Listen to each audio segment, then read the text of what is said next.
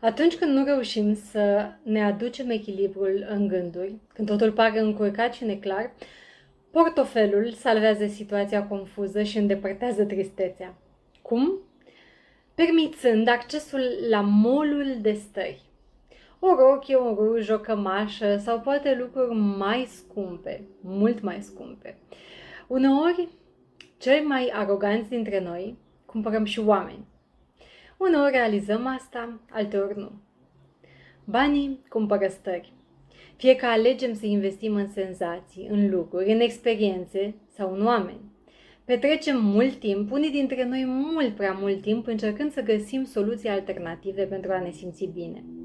Unii dintre noi ne simțim mai valoroși în hainele pe care le purtăm, mai ales dacă ele sunt mai scumpe sau dacă bijuteriile pe care le etalăm strălucesc mai tare sau ne simțim mai valoroși dacă hotelurile în care ne petrecem fuga de acasă sunt cu mai multe stele.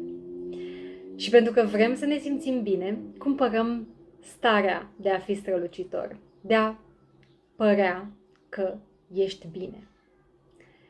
Cu toate acestea, starea reală de fericire nu ar trebui să aibă de-a face cu nimic care se poate cumpăra cu bani.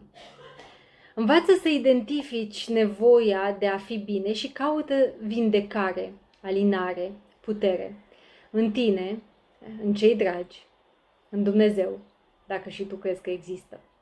Dar nu în bani, pentru că efectul pe termen lung nu te va conduce către starea de bine pe care o dorești atât de mult. Succes îți doresc! Adela Dorobanță este numele meu, bine ai venit pe canalul meu de YouTube. Dacă nu te-ai abonat încă, te invit să o faci apăsând butonul subscribe, care se găsește mai jos.